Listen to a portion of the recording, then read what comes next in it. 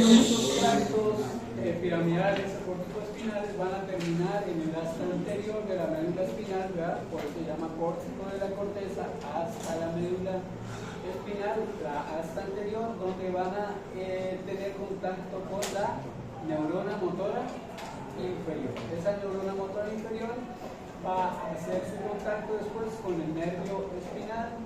El nervio espinal va a hacer su contacto con el plexo correspondiente y finalmente terminará en una placa motora o en un corpúsculo sensorial, y allí va a terminar lo que es este ciclo motor a través de la vía piramidal. Bueno, entonces definamos cosas importantes de la vía piramidal.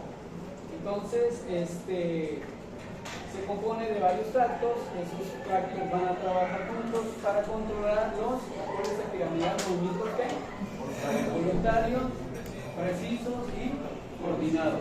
Voluntarios, precisos y coordinados.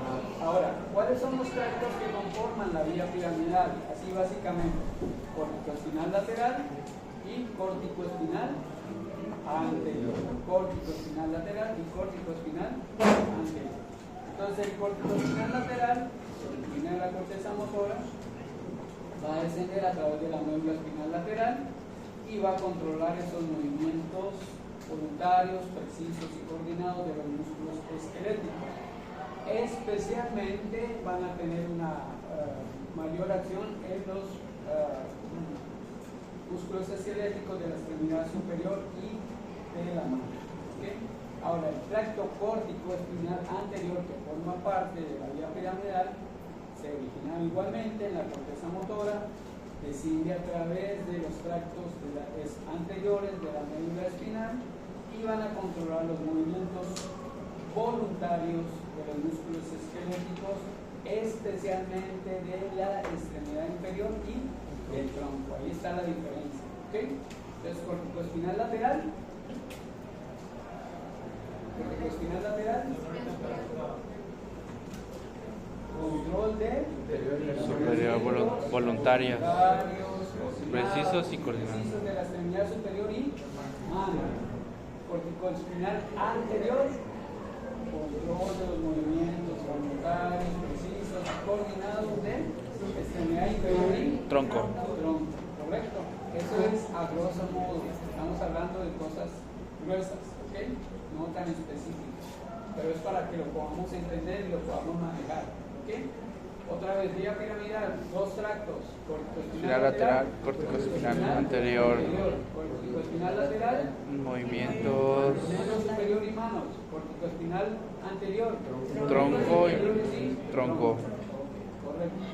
¿Cuáles son las funciones de esos tractos? Entonces, ahora, el lateral, movimientos voluntarios, precisos y coordinados de la extremidad superior y de la mano. Van a regular entonces fuerza muscular y velocidad de los movimientos voluntarios. El anterior, igual, entonces son esos movimientos voluntarios de la extremidad inferior del tronco, y van a regular ¿qué? Postura y equilibrio. Des en cuenta que yo trato que en cada diapositiva tenga unas palabras claves que van a definir la función específica de lo que estamos viendo. Y eso es lo que se tiene que aprender, no todo el rollo, ¿sale? Entonces, ahora, funciones de los tractos, repetimos otra vez. Corticoespinal lateral, entonces es regulación de la fuerza muscular y velocidad de los movimientos voluntarios, precisos y coordinados de la extremidad superior y mano. Tracto corticoespinal anterior, ¿qué va a hacer? A controlar los movimientos voluntarios de la extremidad inferior y tronco, que ya lo habíamos aprendido en la diapositiva anterior, pero ahorita vamos a agregar que van a regular la postura y el equilibrio. Muy bien. Ahora,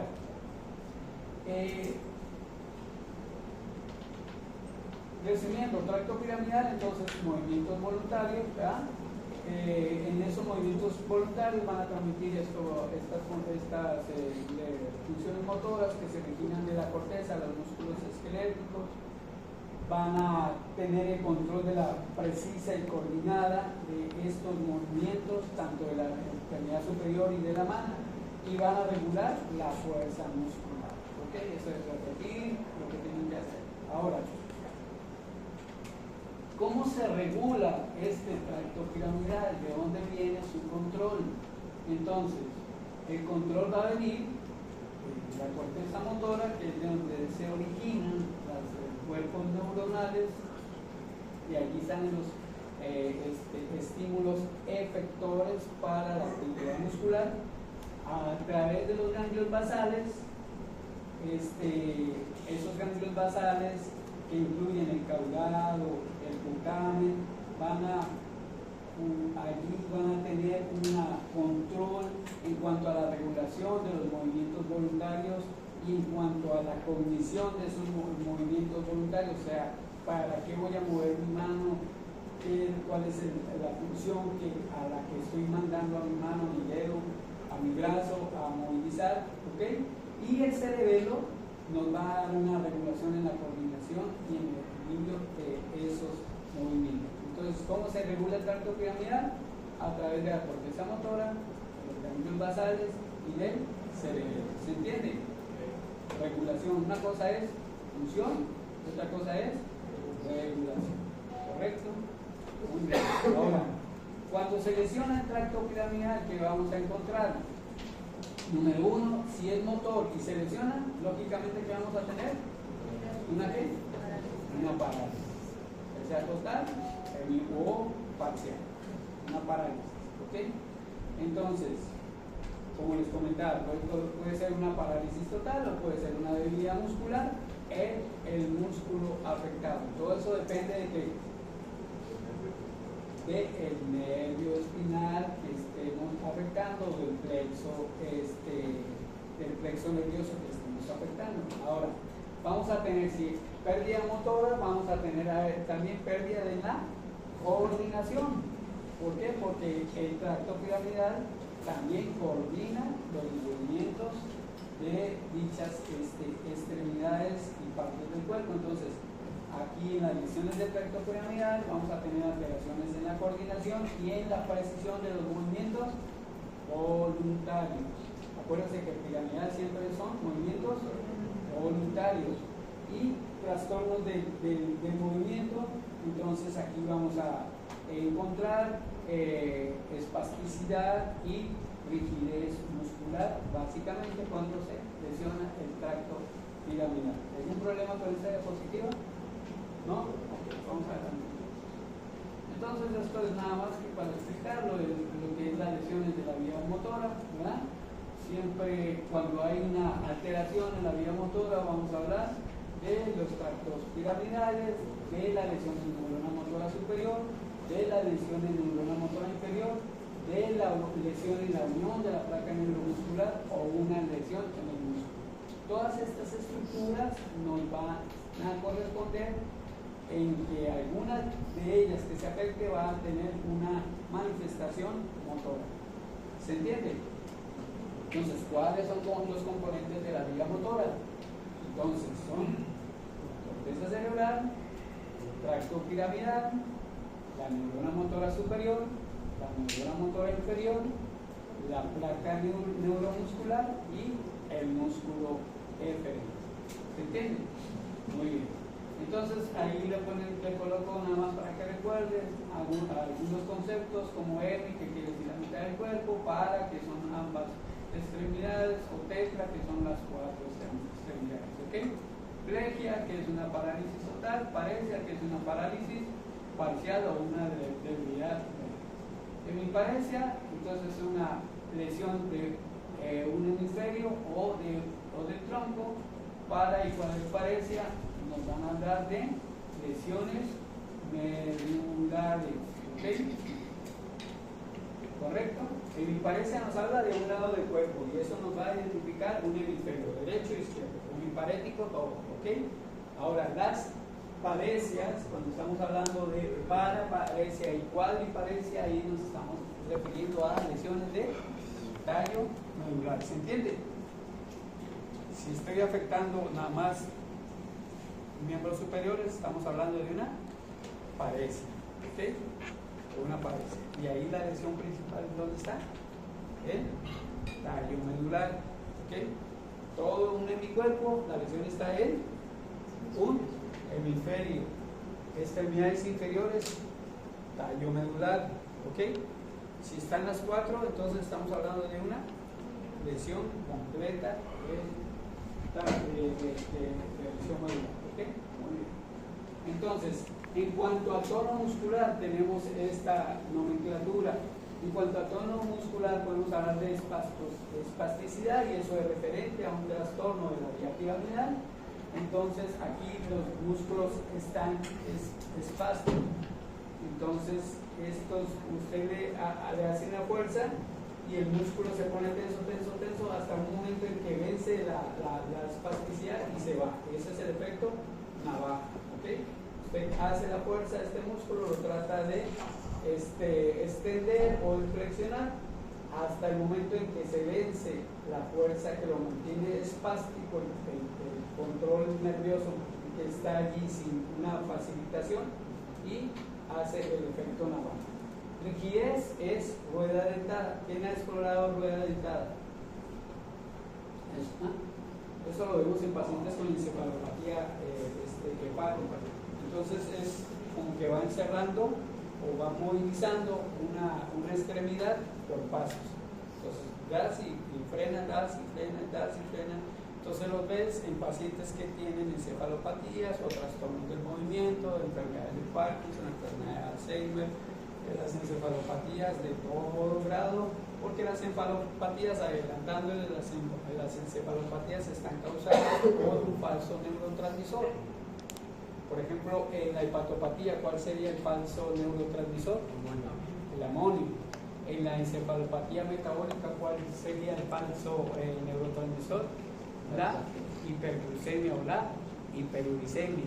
¿Okay? Ese es un falso neurotransmisor que va a dar una neuropatía. En los trastornos del movimiento, entonces tenemos déficit, por ejemplo, de acetilcolina, o tenemos déficit de los receptores de acetilcolina, o déficit en la producción de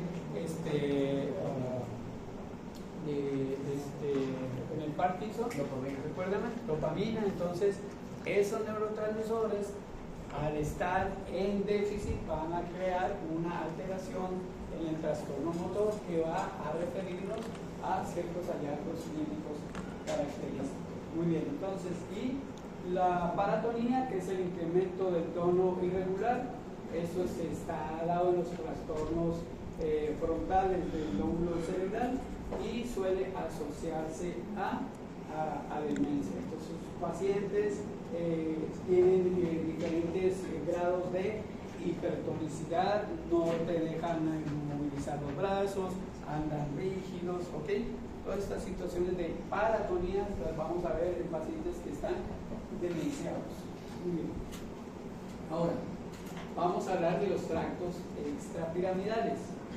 Entonces, los tractos extrapiramidales van a originarse también a nivel de la corteza cerebral, van a pasar también por los ganglios basales, van a tener ciertos cuerpos neuronales en el cerebelo, van a descender también a través de la médula espinal. ¿Y qué es lo importante de esta diapositiva? ¿De qué? Involuntarios. Que los movimientos que van a estar controlando son los movimientos involuntarios y los movimientos automáticos del cuerpo. ¿Okay? Si yo arrimo mi brazo a una fuente lumínica o fuente de energía que me produce una sensación de quemadura, ¿qué es lo que hago reflejamente? Quitar. Lo retiro. ¿Eso me está hablando de un sistema? De defensa. Extrapiramidal. ¿Okay? Movimientos involuntarios, movimientos automáticos del cuerpo. ¿Ok? Entonces, ¿cuáles son las funciones? Movimientos involuntarios van a regular estos movimientos, también tienen que ver parte con la postura y con el equilibrio. Los extrapiramidales, acuérdense, todas las regiones en el cerebro actúan de manera simbiótica. Hay localizaciones de neuronas que tienen el mayor control de ciertas situaciones, pero reciben también información de otras partes del cuerpo que les ayudan en esos procesos. Aquí también los tractos extrapiramidales van a estar involucrados en cuanto a la postura y el equilibrio, pero básicamente ellos van a manejar los impulsos involuntarios y de reflejos, ¿ok? Entonces, los movimientos involuntarios automáticos del cuerpo, el tono muscular tiene que ver con las vías extrapiramidales, ellos lo regulan, la tensión muscular en reposo, coordinan el movimiento. Entonces aquí sí van a coordinar parte de los movimientos voluntarios y los automáticos del cuerpo, ¿okay? Tiene cierta parte en control voluntario en cuanto a lo que es coordinación, pero básicamente ellos van a tener el mando sobre los movimientos involuntarios y automáticos, ¿okay? Y nos van a ayudar a regular la marcha. Entonces estos trastornos en la locomoción van a tener que ver con los tractos extrapiramidales. Ustedes van a ver esto más clarito cuando veamos trastornos del movimiento, ¿ok? Dime. ¿Los reflejos? ¿Ah? ¿Los reflejos? Los reflejos, ese es un arco reflejo que tiene que ver con la acción de la placa motora, el nervio periférico, neurona motora inferior y hasta ahí queda, ¿ok? Entonces llegan de periferia a médula, pero no tienen que ver con estos tractos que provienen de corteza. ¿Está bien? Muy bien, entonces, ¿qué estructuras están involucradas en los tractos extrapiramidales? Entonces son ganglios basales, el cerebelo y el núcleo rojo, ¿ok? Entonces, dentro de los ganglios basales vamos a tener ahí también la inclusión de lo que es el caudado, el putamen, el glóbulo pálido, que son estructuras que tienen que ver con tractos motores que se concentran en el encéfalo y que van a tener parte importante en la regulación de estos movimientos involuntarios y automáticos. El cerebelo, porque siempre nos va a dar una información en cuanto a coordinación y equilibrio, y el núcleo rojo, que es una estructura que está localizada ahí en el mesencéfalo, en la protuberancia del tallo cerebral, y que va a involucrar la regulación de movimientos voluntarios y movimientos automáticos. Ahora, cuando mencionamos el tracto extrapiramidal, entonces vamos a ver las lesiones de cuando veamos o repasemos el capítulo de los trastornos del movimiento, vamos a ver aquí este tipo de patologías. Por ejemplo, la enfermedad de Parkinson, que es una enfermedad en donde hay una neurodegeneración de estos núcleos de la sustancia negra, que es donde se está creando una gran cantidad de dopamina que es necesaria para el control fino de los movimientos. Entonces, enfermedad de Parkinson es uno de los trastornos asociados a las vías extrapiramidales. La corea, que es un trastorno caracterizado por movimientos involuntarios, poliafetóxicos, sin forma, sin propósito, lo vamos a estudiar también. Las distonías, que son pacientes que tienen grupos musculares que se contraen de una forma sostenida y que producen movimientos involuntarios que nada tienen que ver con el reflejo, pero que sí tienen que ver con lesiones del tracto extrapiramidal que van a producir estas distonías, y las ataxias, que son pérdidas de coordinación y de equilibrio, la marcha atáxica, ¿no? Marcha pestinante, que nosotros vamos a ver en los pacientes con Parkinson, ¿sale? Entonces, eso hablando de los trastornos. Ahora, ¿cuáles tractos componen la vía extrapiramidal? Cada diapositiva repite lo mismo. Está el tracto extrapiramidal, está para controlar los movimientos involuntarios y los automáticos del cuerpo. Ahora, ¿por dónde viajan esas vías axónicas que tienen el control de este tipo de movimientos? A través de estos diferentes tractos que reciben el nombre de rublo espinal, retículo espinal, vestíbulo espinal y tecto espinal. Como el nombre termina en espinal, ¿hacia dónde llegan esos tractos? Hacia la médula espinal y inicio del nervio espinal, ¿okay? Entonces van de donde inicia, por ejemplo, el rublo espinal, que se va a originar en el núcleo rojo del mesencéfalo. Los axones van a descender a través de la médula, ¿verdad? Y van a pasar por los músculos esqueléticos y van a controlar esos movimientos que ellos inervan de manera involuntaria o automática. El retículo espinal Entonces van a partir de la formación reticular, del tronco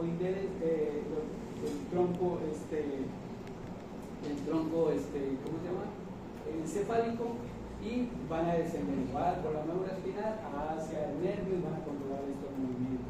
El vestíbulo espinal, entonces en los núcleos vestibulares del tronco encefálico, donde están allí los núcleos del par craneal vestibular, va a descender a través de la médula y van otra vez a controlar aquí el equilibrio y la postura del cuerpo.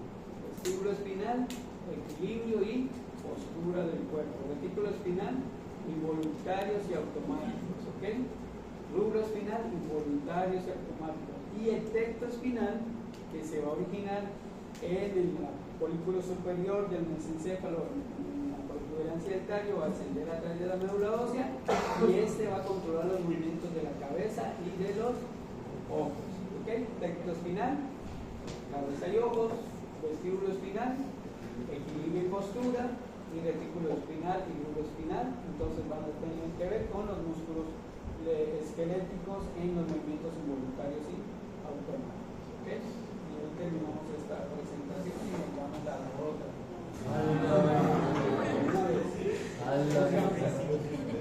¿Esto ya es el segundo parcial? Todo esto forma parte del primer parcial. No sé. ¿Y cómo va a venir? No, pero, o sea, esto que va a venir ahorita, esto que va a dar ahorita ya es el segundo o sigue siendo el primero. Esto que va a dar todavía es el primero.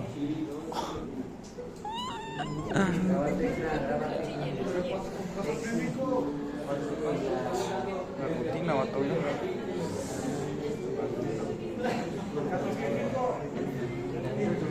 Aparte, la hago yo. Esto se me ha olvidado comentar. En esta parte de la exploración física van a tener una práctica, ¿cómo se llama? Simulación.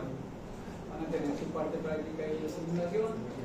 Y dependiendo de eso, como les vaya en el examen, vemos si juntamos esa calificación con la que sacan en el examen. ¿Okay?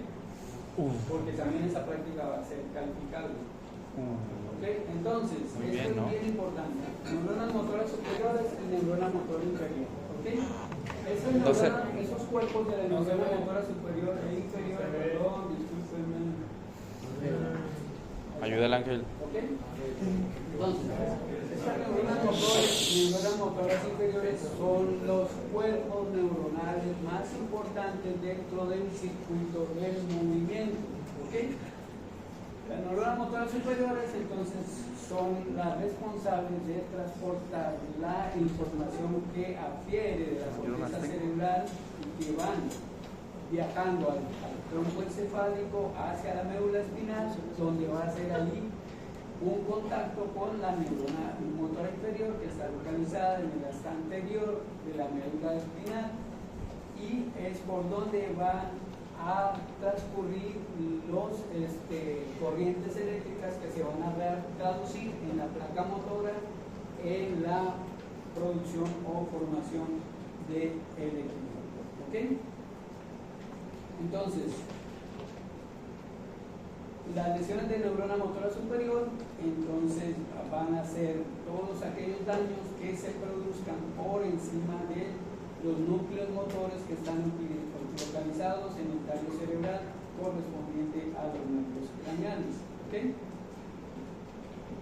Y vamos a estar repitiendo este síndrome de neurona motora superior, pero básicamente, clínicamente, la lesión de la neurona motora superior la vamos a identificar porque van a presentar debilidad muscular, espasticidad muscular, clonos e hiperreflexia. ¿Okay? Estos son los datos clínicos característicos de la lesión de la neurona motora superior: debilidad, espasticidad, clonos e hiperreflexia. ¿Okay? ¿Qué causas van a producir los daños de la lesión de neurona motora superior? Accidentes cerebrovasculares, traumatismos craneoencefálicos, neoplasias cerebrales, trastornos infecciosos o inflamatorios de estas vías, trastornos metabólicos y trastornos neurodegenerativos, que eso ya lo hemos estado platicando, ¿no? Metabólicos con las lesiones encefalopáticas ahí importantes. ¿Ok?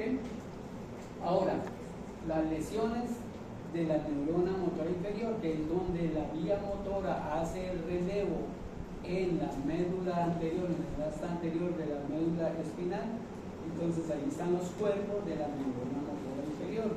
Las lesiones de la neurona motora inferior, que es la que van a dar la información motora de la médula espinal, nervios periféricos, placa motora, se va a manifestar a través de debilidad muscular.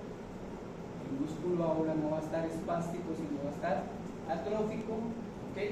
Ya no va a haber hiperreflexia, sino va a haber hiporreflexia, y en la lesión de la neurona motora inferior, la sensibilidad va a estar conservada, ¿ok? ¿Cómo se realiza un diagnóstico de lesión de neurona motora superior o lesión de neurona motora inferior? A través de el estudio clínico neurológico. ¿Okay? ¿Y qué tratamiento se le va a dar a la lesión de la neurona motora inferior? Es un tratamiento básicamente de soporte. Entonces esto es para que vean cómo es el circuito, partiendo de la corteza cerebral, viajando por los tractos piramidales, la espina, la médula espinal, nervio periférico y placa eferente motor. ¿Okay? Vamos a avanzar.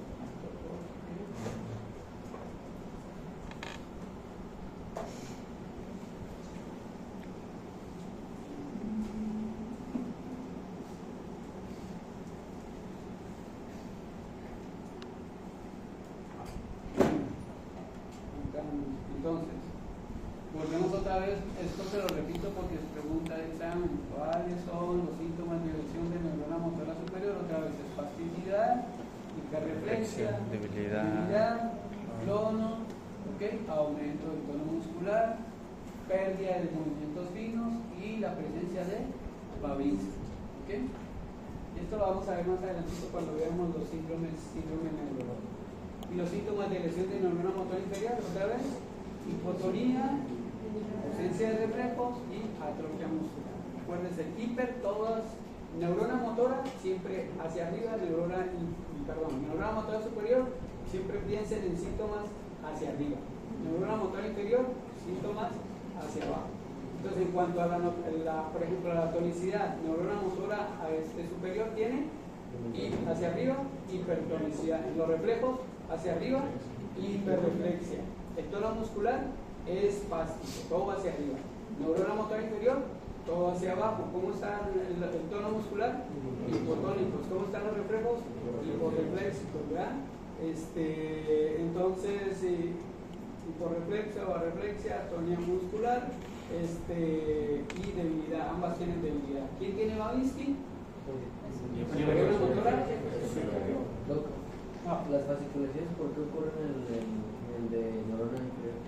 De neurona motora inferior, porque ahí no existe la comunicación con la corteza cerebral, ya no hay contacto con los tractos extrapiramidales que le van a dar el control fino del tono muscular, de los movimientos musculares. Estamos hablando de hasta anterior de la médula hacia el músculo. ¿Okay? Esto ya lo vimos de la vía piramidal, esto la vía estaminal, el piramidal ya lo vimos. Esto me voy a ir a... Nada más quiero que aprendan esto sí es básico. ¿Cuál es la función del rubro espinal? ¿Se acuerdan que son tractos extrapiramidales, ¿verdad? Que se denominan así por la localización anatómica que tienen estos tractos al pasar a través de el tallo cerebral. Entonces el rubro espinal es de la parte de vía que va desde el tracto rubro espinal, pues así se llama, viene del tallo cerebral, va hacia la médula espinal. ¿Y cuáles son las funciones de este tallo extrapiramidal? control sobre los músculos flexores de los miembros, ¿ok? Eso es un poquito más específico. Núcleo espinal, flexores de los miembros, ¿ok? Muy bien. El otro, vía tectoespinal. ¿Cuáles son las funciones del tectoespinal? Son trayectos extrapiramidales, medían los movimientos reflejos en respuesta a estímulos visuales, reflejos visuales. No quiero que se me pierdan. ¿Ya se perdieron? Sí. Bueno, vamos a ver, acuérdense, rapidito. Piramidal, tracto piramidal. A ver, aquí. Estamos hablando de función motora. ¿Cuántos tractos tiene la función motora? 2, piramidal y extrapiramidal. Piramidal, movimientos controlados, ¿verdad? Voluntarios, Precisos. finos, precisos. Extrapiramidal, movimientos automáticos, involuntarios, ¿ok? ¿Se entiende? Ok. Tracto piramidal tiene 2 componentes. ¿Cuál es? Córtico espinal lateral. Y Anterior y lateral. ¿ah? Anterior y El lateral. corticoespinal anterior y el corticoespinal Lateral. El extrapiramidal, lóbulo espinal, tectoespinal, aquí estamos. ¿Sí se entiende? Aquí estamos, en extrapiramidal. ¿Ok? Perfecto. Bueno. Entonces, extrapiramidal y tectoespinal, básicamente, movimientos, reflejos asociados a estímulos visuales. Correcto.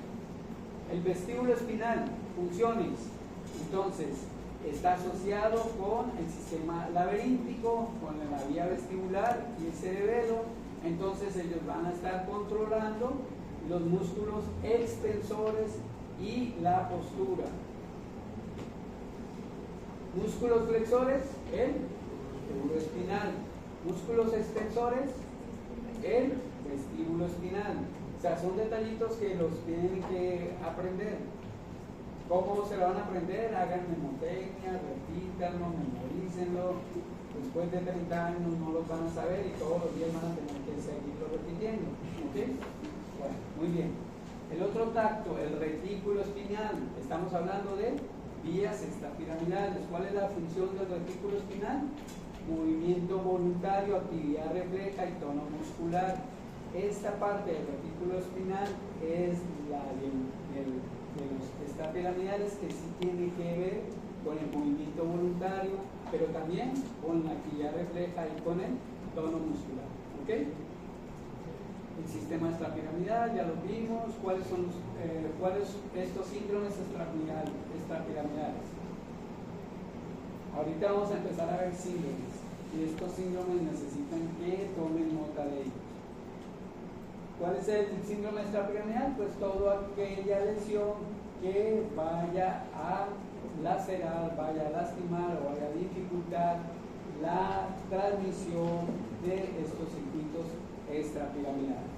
Entonces, cuando hablamos de extrapiramidales, vamos a hablar de trastornos de movimiento. Entonces, hay síndromes disinéticos que tienen que ver con alteraciones del movimiento y síndromes asimétricos. ¿Ok? Pues dividimos trastornos del movimiento extrapiramidal, disinéticos y asinéticos. ¿Cuáles son los disinéticos? Esto los vamos a ir viendo cuando veamos los trastornos del movimiento, pero es para que empiecen a tener una idea de ellos. Síndrome extrapiramidal, síndrome disinético, son los tics. ¿Cuáles son los tics? ¿Conocen los tics? Hay diferentes tipos de tics, ¿no? Por ejemplo, tics en la comisura labial, tics de apagamiento de los párpados, diferentes tipos de tics. ¿Okay? Y eso los vemos en las personas a veces cuando están muy estresadas, empiezan a manifestar un tipo de tic, que es un movimiento involuntario, repetitivo, que está manifestando la persona. Entonces, trastornos de movimiento, síndromes disinéticos, los tics, ¿ok? La corea, el validismo, la atetosis, los mioclonos, las distonías y el temblor. Todos esos son síndromes extrapiramidales disinéticos, ¿ok? Y los asinéticos, o que confieren rigidez, son enfermedad de Parkinson, parkinsonismo secundarios y el parkinsonismo futuro. Lo vamos a ver cuando veamos trastornos de movimiento. ¿Está bien? Esos se llaman síndromes extrapiramidales. Ok, trastornos hiperkinéticos. Tienen que ver con esto de también los plásticos extrapiramidales. ¿Cuáles son los trastornos hiperkinéticos? Entonces, los trastornos hiperkinéticos los dividimos en temblor, apetosis y corea, distonías, mioclonias y tics. Estos son síndromes hiperkinéticos. Si se dan cuenta, estos reúnen características disinéticas y asinéticas. Es información, esto no se lo va a pegar, preguntar en el examen. ¿Okay? Lo vamos a volver a repetir. Entonces, hay disinesias y hay trastornos hipokinéticos. Voy a ir adelante. Ok. ¿Cuál es la neuroquímica? ¿Cuáles son los principales neurotransmisores, mediadores de estos tractos, tanto piramidales como extrapiramidales? La dopamina y el sistema GABA. ¿Ok? ¿De dónde se origina la dopamina? En la sustancia negra o el núcleo caudado. Y el sistema GABA que se va a originar, o sea, este sistema que es potencializador del cerebro hacia relajarse, hacia estar down, hacia entrar en el sueño, se forma en el globo pálido y en la sustancia negra. Y la acetilcolina, cuyo centro de origen es el núcleo caudado y el fundado. Entonces, este es el síndrome de la neurona motora inferior. ¿Ok? Aquí va. Se lo voy a repetir. Viene pregunta de eso en el examen. ¿Cuál es el síndrome de la neurona motora inferior? Parálisis o paresia de músculos individuales. Entonces, flacidez, hipotonía, atrofia intensa, hiporreflexia, no hay Babinski, no van a ver fasciculaciones o mioclonio. ¿Está bien? Ustedes ya se lo saben de memoria. Esta tablita se la puse ahí para que aprendan la diferenciación. Esto ya lo vimos. ¿Ok? Todo para arriba, todo para abajo. ¿Ok?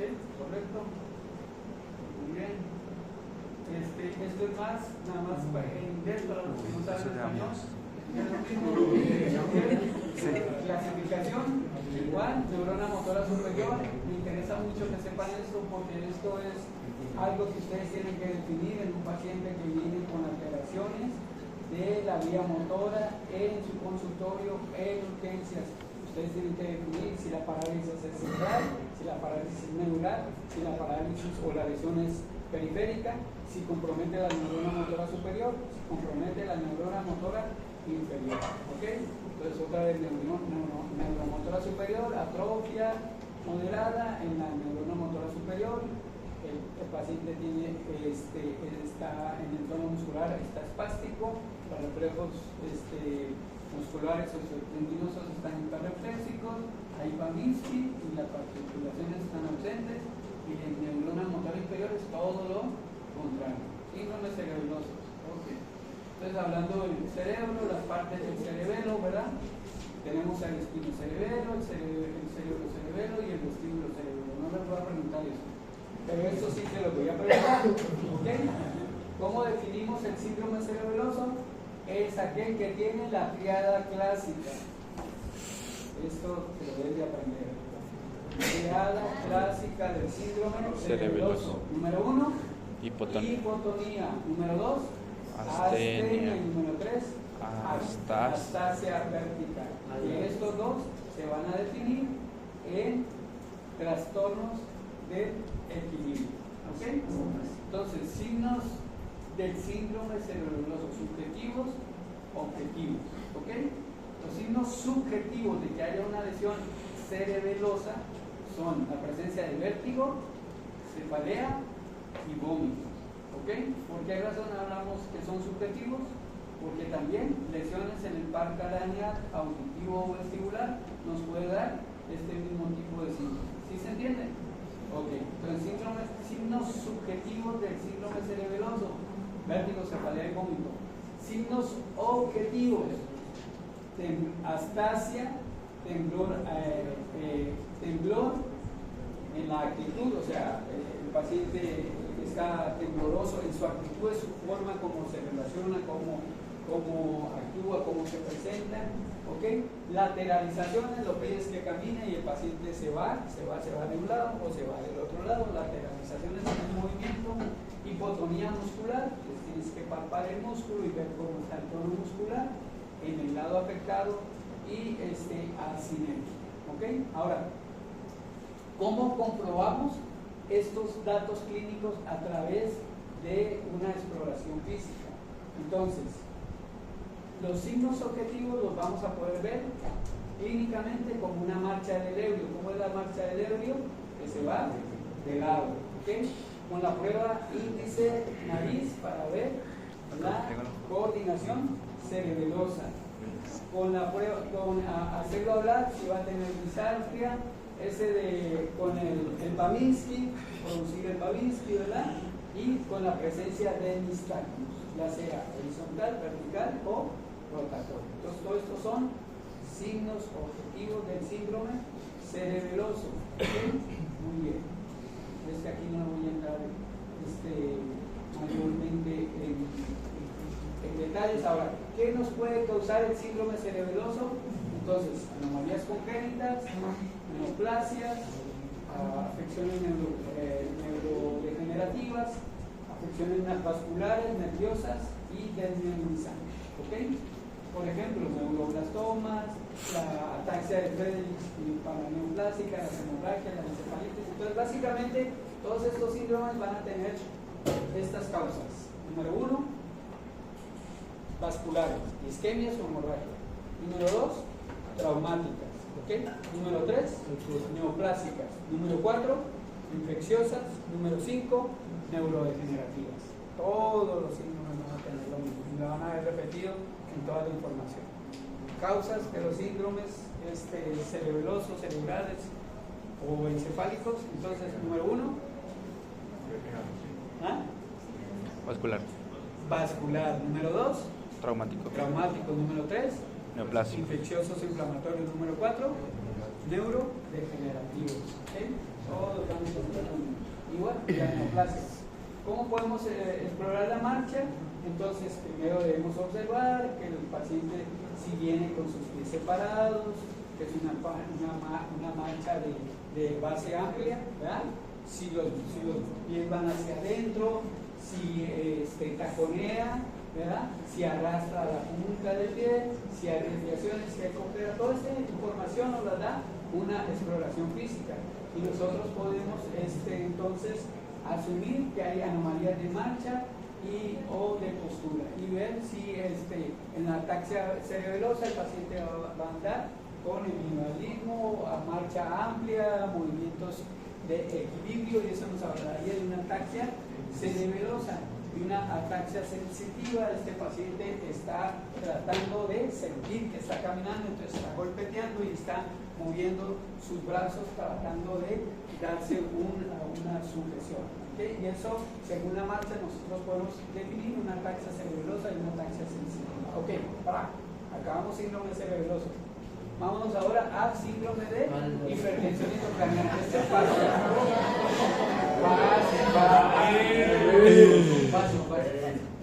¿Cuál es la presión intracraneana normal? 21. De 9 a 21 milímetros. Y ya lo habíamos repetido. Cualquier cambio en las estructuras del cráneo, óseo, líquido o masa encefálica nos van a dar un cambio de la presión intracraneana, ¿correcto? Entonces esto ya lo hablamos. ¿Cuál es la triada de Cushing de la hipertensión intracraneana? Esto es pregunta de examen. ¿Triada de Cushing? Bradicardia, hipertensión arterial y depresión respiratoria. Okay. Es lógico. Bradicardia porque la presión intracraneana va a actuar sobre los centros del tallo encefálico que tienen el manejo de la frecuencia cardíaca. Entonces, si aumento la presión en las estructuras del cráneo, del tallo cerebral, y vamos a tener bradicardia. Hipertensión, igualmente. ¿Por qué? Porque estamos estimulando esos centros nerviosos autonómicos del tallo cerebral. Y por último, depresión respiratoria, triada de Cushing. ¿Cuál es la manifestación clínica de estos pacientes? Es cefalea, vómitos y edema forma de papila. Esta diapositiva es clásica. Con que se aprendan esto ya van a poder responder del síndrome de hipertensión endocraniana. ¿Ok? Con eso un 100. Bueno, me faltan 50. 17 diapositivas terminadas. ¿Okay? Y esa sí ya es lo último para el primer tercero. ¿Okay? Y lo tendríamos. A ver, no sé por qué se desesperan. Es todo tan tranquilo y tan lógico. ¿Qué tienes en la cabeza? Encéfalo. ¿Cuáles son las partes del encéfalo? Cerebro, cerebelo y bulbo raquídeo. ¿Con qué se comunica este cerebro con el cuerpo? A través de Del espinal, nervios periféricos. ¿Dónde terminan esos nervios periféricos? La motora la neuromotora, la sensitiva en los Cuerpo. corpúsculos sensoriales de temperatura, de dolor, de bla bla bla. Okay. Eso es lo básico que hay que aprender en cuanto a lo que estamos entendiendo ahora. Preguntas y repaso. El cerebro, ¿cómo se divide? Lóbulos. Hemisferios. ¿Cuántos lóbulos tenemos? 2, 4. Frontal, Parietal, occipital. Cada lóbulo tiene su manifestación sindromática. El lóbulo frontal tiene dos manifestaciones sindromáticas, la prerolándica y la prefrontal. ¿Cuál es la prerolándica? Hemiparesia contralateral, que es más fácil que otra cosa. Desviación de la mirada, ¿qué más tenemos? Crisis jacksoniana, ¿qué más tenemos? Y falta una jacksoniana. Jacksoniana. Y ahora, ese es el prerolándico. Ahora el prefrontal, síndrome de memoria, ¿qué más? ¿Otra cosa más? Pérdida de control del estudiante de medicina, ¿qué es? Pánico, falta de interés, ¿qué otra cosa más? Eso es el entonces, y ese es prefrontal. Ahora, el occipital, ¿qué maneja? Visión, todo lo que tenga que ver con visión. El temporal, todo lo que tenga que ver con temporal, con audición y memoria. El parietal, todo lo que tenga que ver con sensaciones. Eso es difícil. Siga, que siga, que siga, que siga. No se vayan a los Que siga. Entonces viene tallo cerebral. ¿Qué voy a aprender del tallo cerebral? Que ahí están nuestras funciones autónomas y luego de ahí emergen los pares craneales. ¿Cuáles son los pares craneales? Son dos. ¿Cuáles son? ¿Cómo voy a explorar cada par craneal? ¿Cómo voy a explorar cada par craneal? Pues hay maniobras para explorar cada par craneal. Si no lo recuerdan, usen su lógica. ¿Sale? ¿Por qué? A ver, muchachos, permítanme que les llame muchachos. Ustedes de Canima. Son menos. A ver, ¿qué ciencia tiene responder un examen de múltiple elección si ahí está la respuesta? ¿Se han puesto a pensar? Ahí está la respuesta. No tienen por qué buscarle. Es más, la respuesta se la limitamos en 4 opciones: A, B, C y D. En dos. Mejor en dos. En dos. A, B, C y D. Ahora, se puede estar hasta en 2 y en 3 porque el que no sabe, no sabe. Así sean dos, va a haber Pero las probabilidades son más grandes, 50%. Otra tip que les doy para presentar exámenes. Cuando ustedes enfrenten un examen, tomen el examen, empiecen a leer cada pregunta y la pregunta que están seguros que esa es la respuesta, márquenla. Esta es la respuesta. En esta yo no le voy a perder tiempo. Nunca cambien una respuesta que en su primera intención haya pensado que esa es la positiva, porque así funciona nuestro cerebro. 98% va a tener la razón en la primera intención. ¿Ok? Uno. Vean, marquen y luego va marcando palomita con lo que me sé y puntito como que esa más o menos me la sé, si le echo un poquito de ganas, la voy a aprender. Y de plano las otras, déjenlas sin contestar. No. Al último se van a encargar de ir a ver esas respuestas y poner, ahora sí, la que sea, porque ahí ustedes no saben. ¿Sí se entiende? ¿Se entiende? Ahora, otro tip, lean bien las indicaciones. Cuando dice excepto, es que es excepto, o sea, de las que hay ahí hay una, que no está bien. ¿Sí se entiende? Entonces, ya termino. Entonces, por favor, échenle ganas, no es tan difícil las cosas. Si uno sintiera que las cosas son difíciles, yo no me la dejaría trabajar porque tengo la vida muy difícil. Entonces, échenle ganas. ¿Okay? Gracias, Doc.